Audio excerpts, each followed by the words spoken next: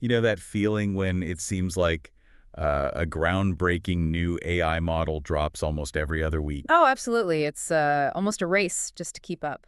Yeah, trying to understand what these systems can actually do and, where all this innovation is headed. Definitely. And if you felt that urge to get a clearer picture, well, you're in the right place today. So we're not just skimming the surface of the latest AI buzz. No, today we're doing a proper deep dive. We're taking a really insightful recent discussion and pulling out the crucial details, trying to understand their significance. Exactly. And our sources, well, it's pretty prime.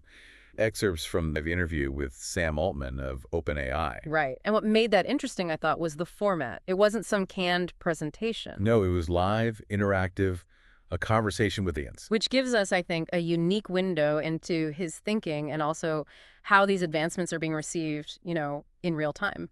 So our mission here is pretty simple but vital. Navigate that interview, pinpoint the core insights. We'll look at everything from the actual capabilities of current AI. Its potential to reshape creative fields. Yeah, the ever-present safety considerations and Altman's own vision for what's next. Think of this as your curated guide, basically, to the most important parts of that conversation. Okay, let's get into it then. One of the immediate highlights you mentioned was Altman showcasing Sora. Right, their text-to-video generator. Yeah. And from what I gathered, the audience reaction was, well, pretty significant. He even showed a video Sora created of him speaking at TED. Very meta. Yeah. What struck you about that demonstration? Well, what's fascinating is the leap in coherence and contextual understanding we're seeing. It's not just stringing random images together anymore. No, exactly. These models are showing an ability to generate novel scenarios from text prompts with a degree of fidelity that was, frankly, hard to imagine even a year ago. Mm. And the fact that this capability is now integrated with the, let's call it intelligence, of a model like GPT-4o, Mm-hmm. that suggests a deeper understanding of the world being simulated. Right, the integration with GPT-4o is key. It really is. It implies the image and video generation isn't happening in isolation. There's some level of reasoning, for lack of a better word, informing the visuals. Mm. And speaking of thought-provoking visuals, there was that AI imagining itself as Charlie Brown. Right. Altman mentioned the quality of the writing, too. Yeah, not just visually similar, but tonally as well. What does that tell us? Well, it highlights this blurring line, doesn't it, between imitation and maybe genuine understanding. Is it really thinking? That's the profound philosophical debate, isn't it? Yeah. But I mean, if the output, whether it's a video, an image, a piece of writing, if it's indistinguishable from human creation in its nuance and complexity, Does the underlying mechanism really matter for the impact? does it fundamentally change its impact or utility for us? Yeah. It forces us to reconsider our definitions of, creativity and intelligence. Yeah, it really does. Now, Altman also touched on the potential impact of these increasingly capable tools on professions. He specifically mentioned management consultants. Ah, yes. It sounded like his view isn't one of outright job destruction, though. No, and his perspective seems to align with the history of tech progress generally. Augmentation over replacement. Sort of, automation tends to augment human capabilities, shift the focus of work, rather than, eliminate entire professions wholesale. So for consultants. Maybe we'll see them leveraging AI tools to analyze huge data sets faster, Yeah. generate more strategic options, and then focus their uniquely human skills on client interaction, nuanced interpretation, ethical stuff. The core function remains, but the toolkit changes. Exactly. The expertise evolves. That makes sense. The Charlie Brown image, though, did bring up a potentially tricky area. Huh? Copyright. Intellectual property. Absolutely. It certainly evoked that Peanuts aesthetic. And Altman's immediate address at that point is noteworthy. Yeah, he emphasized OpenAI's intention is to build tools that amplify human creativity. But the ease with which AI can generate outputs resembling existing styles or characters, it just throws a spotlight on the urgent need for updated frameworks. For creative ownership, compensation, Mhm. all of that in this new AI era. It's a real tightrope walk, isn't it? How do you foster innovation while respecting existing IP? He mentioned their current block on generating art in the specific style of living artists. That seems significant. It is, although maybe temporary.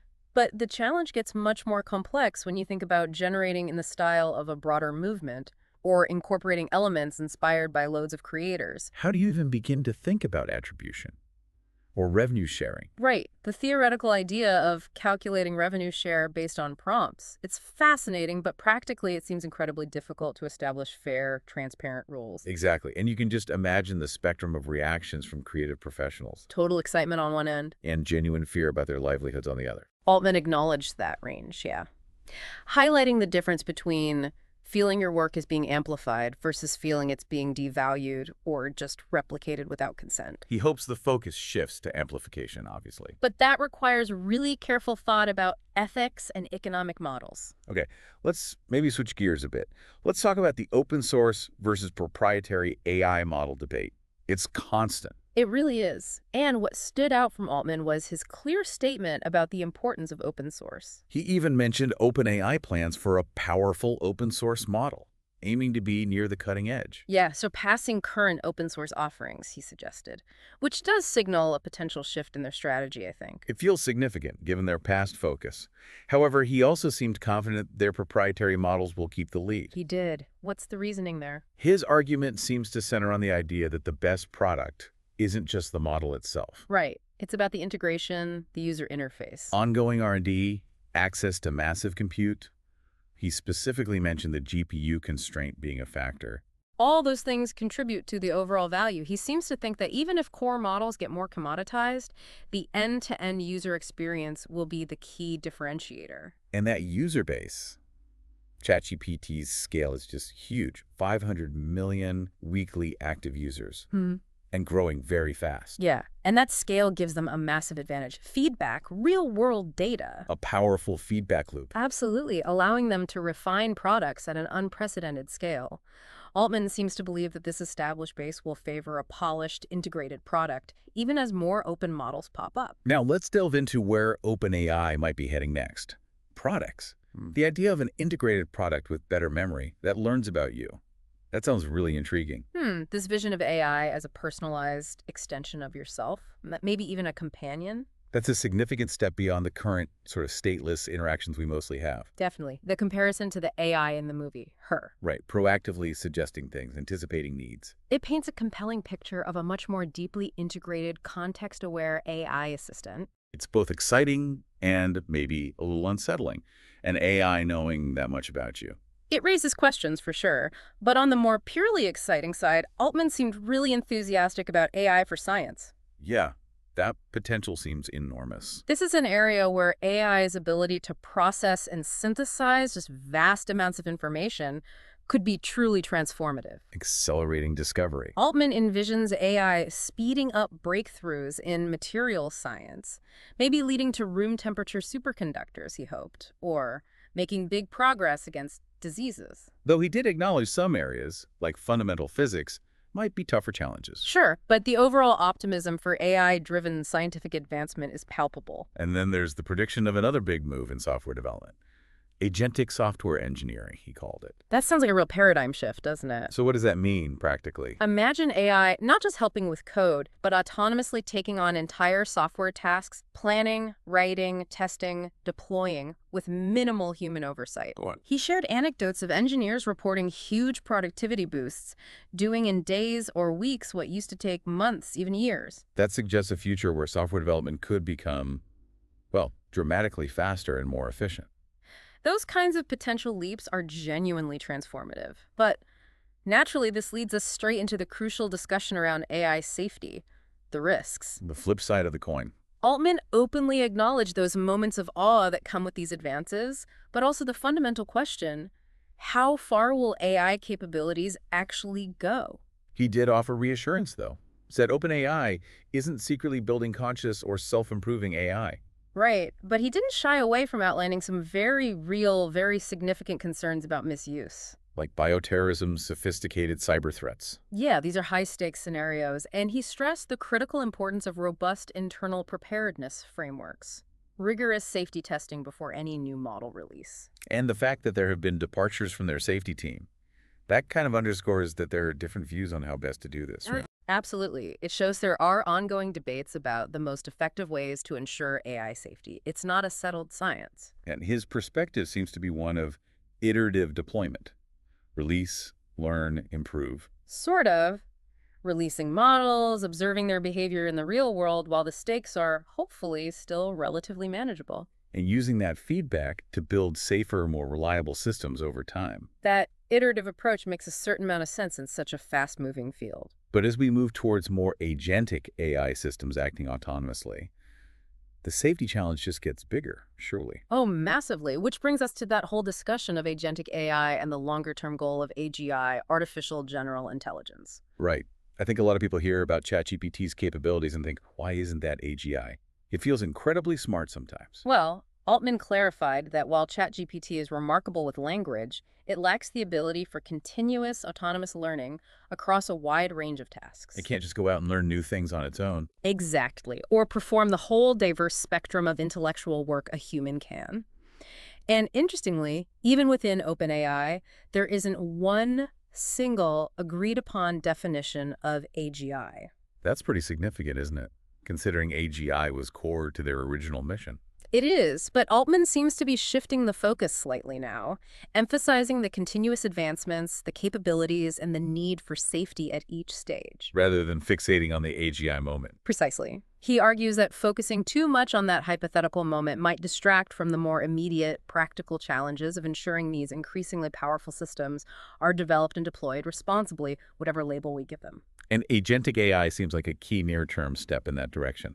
He mentioned their operator tool. Yes. What does agentic AI really mean, practically? So AI that can move beyond just responding to prompts. And act more autonomously to achieve goals. The restaurant booking example he gave is a good illustration. So the AI could potentially handle the whole thing, finding a table, making the reservation, confirming it, all with minimal input. That's the idea.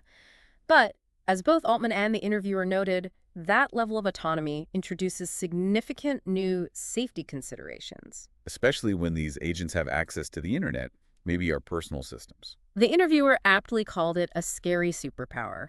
Yeah, that resonates. Giving AI the ability to independently navigate, interact with the digital world, it definitely raises some red flags if it's not managed incredibly carefully. Exactly. Altman stressed that user trust is paramount.